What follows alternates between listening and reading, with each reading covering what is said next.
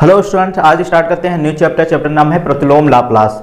तो स्टूडेंट इसके पहले हम पढ़ चुके हैं लाप्लास क्या होता है, अब उन्हीं का हमको इनवर्स में पढ़ना है। तो स्टूडेंट इसके पहले हम सूत्र देख लेते हैं, उसके बाद इस सूत्र को किस तरीके से अप्लाई किया जाता है क्वेश्चन में, इसको समझते हैं। तो स्टूडेंट यहाँ पर देख सकते हैं, ये हम लाप्लास सीख चुके हैं किस तरीके से ये सूत्र होते हैं। अगर 1 का हम लाप्लास निकालेंगे तो होता है 1/s और t⁻n का लाप्लास इस तरीके से होता है। तो हमको ये सब याद है। अब हमको इनवर्स को याद कैसे करना है, तो इसी का उल्टा होता है, अपोजिट होता है। तो प्रतिलोम जैसे हमको 1/s का अगर लाप्लास इनवर्स निकालना है तो इस तरीके से लिखा जाता है, तो इसका क्या होगा, तो 1 आ जाएगा। ठीक है, तो ये इनवर्स लाप्लास, ये क्या है, इनवर्स। तो इनवर्स में लाप्लास इस तरीके से होते हैं। अब यहाँ पर देखो, हमको इनका इनवर्स पर कांस्टेंट को ये नहीं किया जाता, 1 हमको इसी को निकालना होता है। अब कांस्टेंट थोड़ी लगा सकते हो अपने से, तो यहाँ पर हम लिख रहे हैं इसका लाप्लास निकालना है 1/s। इनवर्स लाप्लास हमको इनका निकालना है +1, तो क्या होगा, तो यहाँ पर देखिए, या तो आप ये में इसमें लिख सकते हो या तो इसमें लिख सकते हो। तो सेम क्या आएगा, t⁻n। अब यहाँ पर जो कांस्टेंट है ये चीज़ बट्टे में यहाँ पर आता है। देखिए, अगर इस फॉर्म में लिखना है, फैक्टोरियल फॉर्म में लिखना है, तो क्या आ जाएगा, ये फैक्टोरियल n आ जाएगा। और या तो हम लिख सकते हैं, इस फॉर्म में भी लिख सकते हैं t⁻n और गामा n+1। ठीक है, ये दोनों फॉर्म में हम लिख सकते हो, फैक्टोरियल भी लिख सकते हो, इसको भी लिख सकते हो। अब इस पर हम क्वेश्चन करेंगे, कैसे क्वेश्चन इसको सॉल्व किए जाते हैं।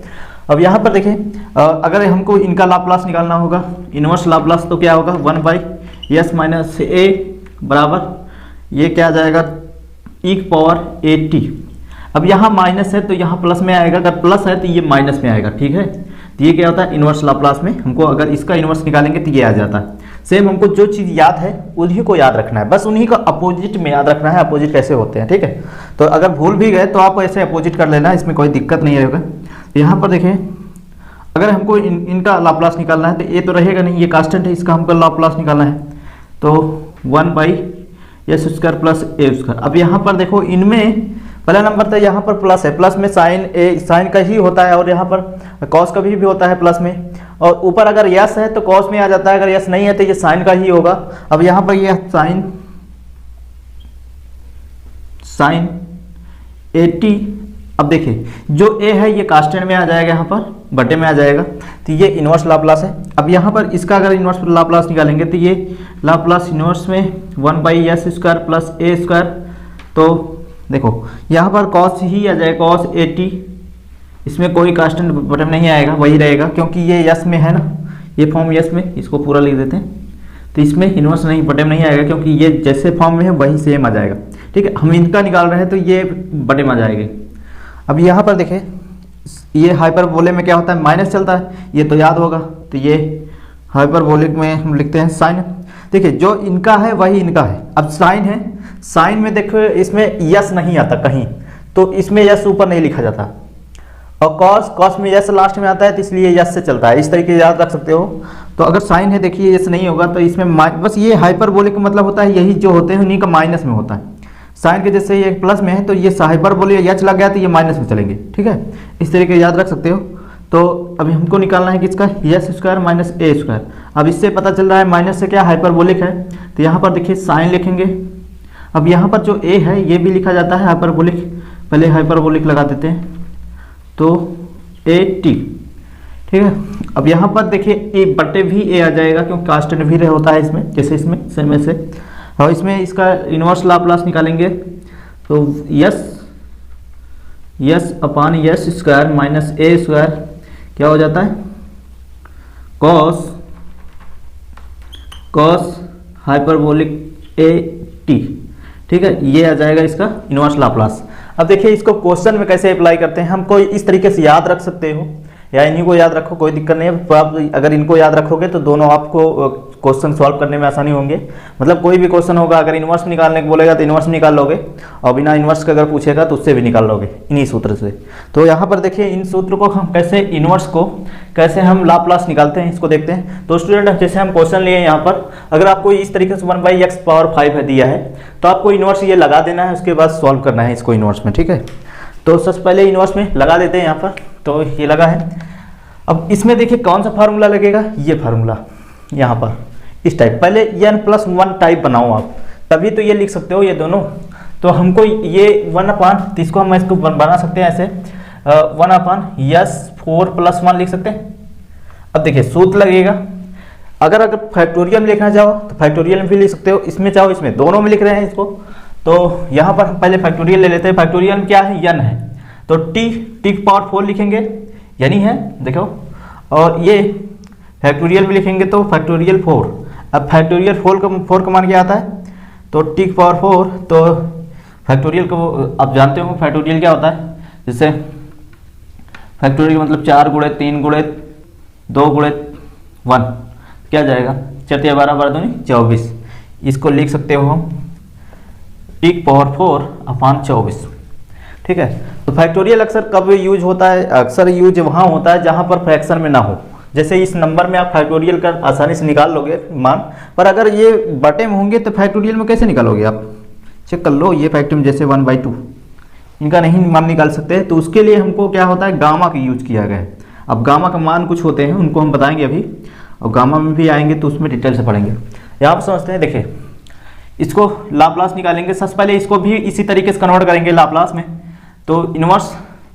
अब यहाँ पर ऐसे लिख सकते हैं, यस 7 + 2 + 1।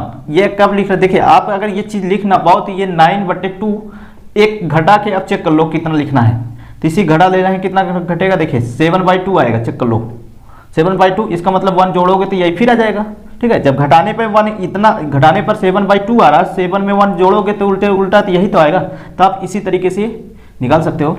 ये चीज़ आपको अगर क्लियर है तो ठीक है, नहीं तो कोई दिक्कत नहीं। अब देखिए इसका हमको लिखना है, इसको हमको अगर गामा में लिखना है तो गामा में कैसे आएगा, t पावर 4, और गामा में क्या आ जाएगा, देखिए गामा 4 + 1, ये लिख सकते हो t पावर 4 गामा 5, ठीक है। तो ये इसका भी ये आंसर है, दोनों चाहे इसमें लिख सकते हो, इसमें दोनों आंसर है। अब यहाँ पर देखिए इसको लिखना है तो किसमें, फैक्टोरियल। देखिए फैक्टोरियल में हमेशा आप याद रखो कि गामा में कब लिखना है, जब फ्रैक्शन में हो, और गामा में फैक्टोरियल में लिखना है जब फ्रैक्शन में नहीं हो, ठीक। तो यहाँ पे सॉल्व करना है, तो यहाँ पर देखिए फ्रैक्शन में इसको सॉल्व करेंगे तो t पावर ये 7/2 ऐसे आ जाएगा, चेक कर लो। देखो इनको फैक्टोरियल निकाल रहे हैं, ये t पावर n क्या है 7/2, तो हम 9/2 का इसी तरीके से लिख सकते हैं, और इस तरीके से लिखेंगे तो वो सूत्र जैसे दिखेगा। तो हमको इसको जो है क्या 7/2 ये t का पावर लिख सकते हैं, और ये नीचे में क्या रहेगा, गामा n+1 मतलब 7+1, यही तो लिखोगे। देखिए इनका मान भी होता है, अब इनका मान निकालना है। देखिए बीटा गामा फंक्शन में आप जब पढ़ोगे तो इनका मान निकालना सीख जाएंगे कैसे निकाला जाता है, पर यहाँ पर हम थोड़ा दिखा देते हैं ये कैसे मान निकाले जाते हैं। देखिए कोई चीज़ अगर गामा में है, n+1 गामा में है, तो इसको हम n गामा n लिखते हैं, ठीक। इसी से हम मान निकाल लेते हैं। और गामा के अंदर अगर 1/2 का गामा का मान होता है √π, ये √π होता है, 1/2 का गामा का मान होता है √π।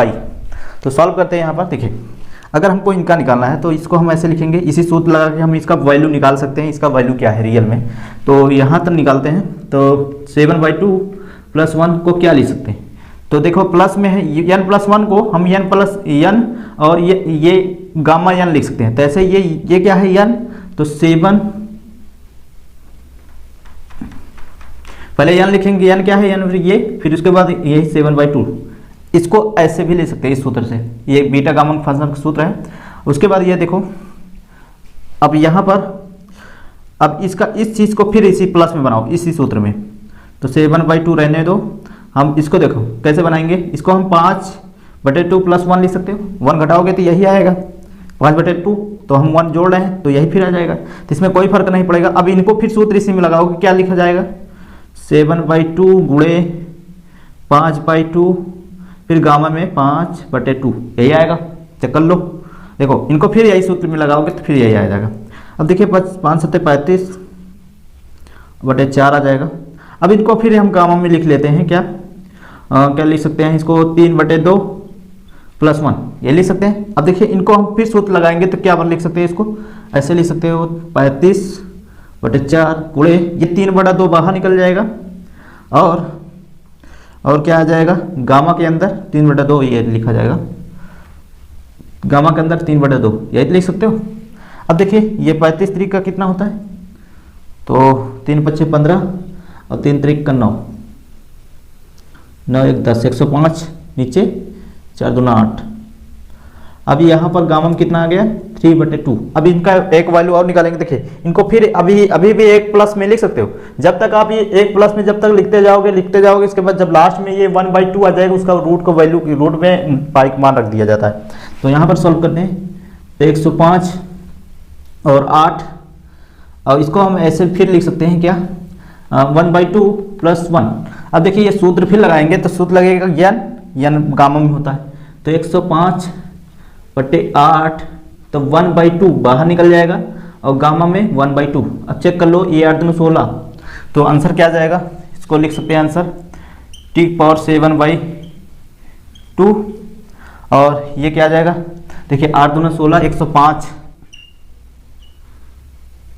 105/16, और ये देखिए ये कितना आ जाएगा 105/16, और गामा देखिए इतना बचा, इसका वैल्यू देखिए है, इसका वैल्यू क्या है √π, तो √π 105 और √π, तो इसका वैल्यू कितना आ गया √π।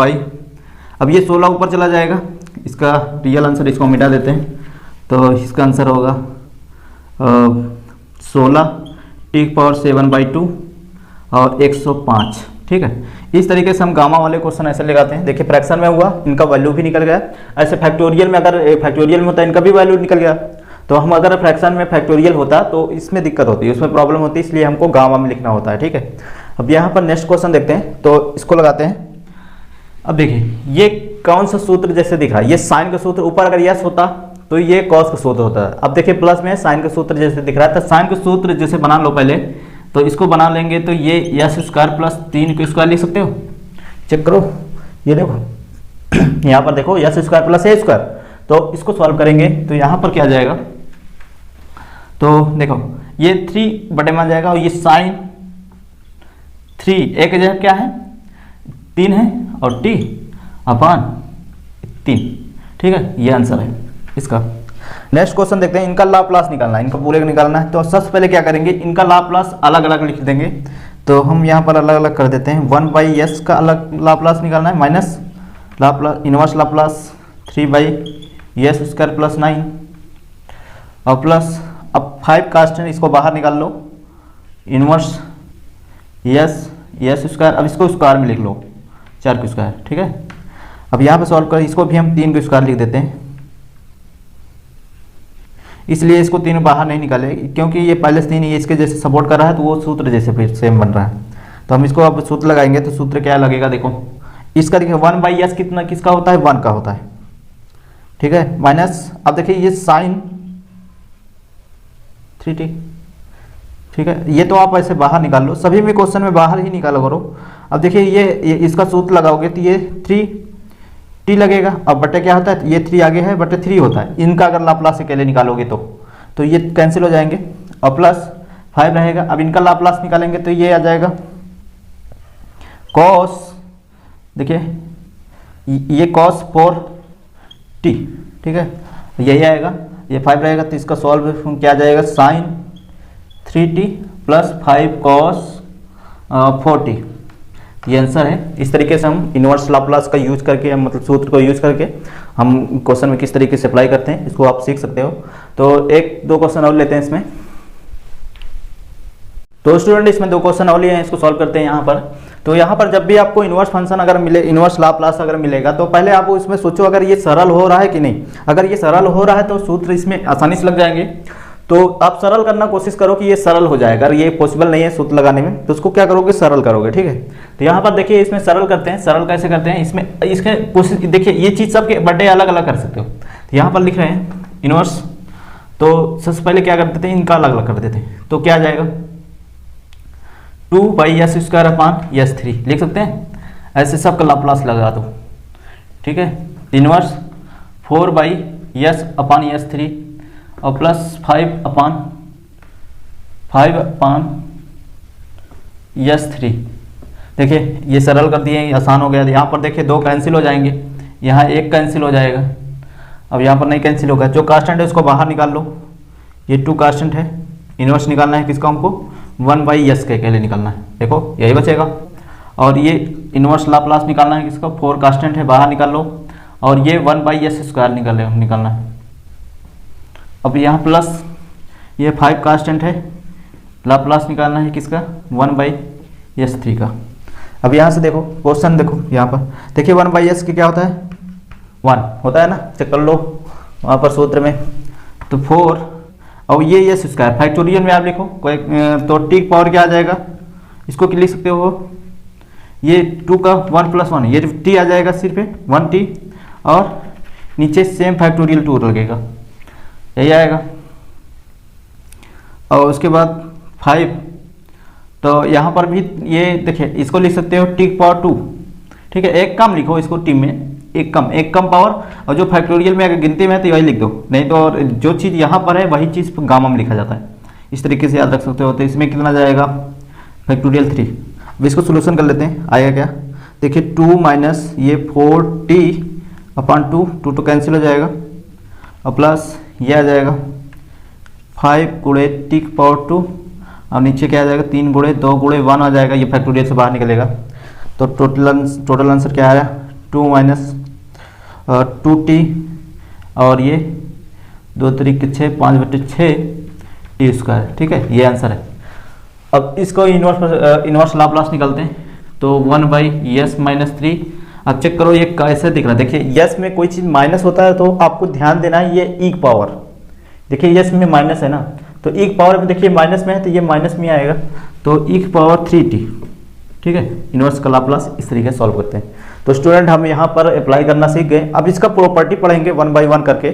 तो फर्स्ट शिफ्टिंग थ्योरम है, उसके बाद सेकंड शिफ्टिंग इस तरीके से हम प्रॉपर्टी पढ़ते हैं इसमें, ठीक है।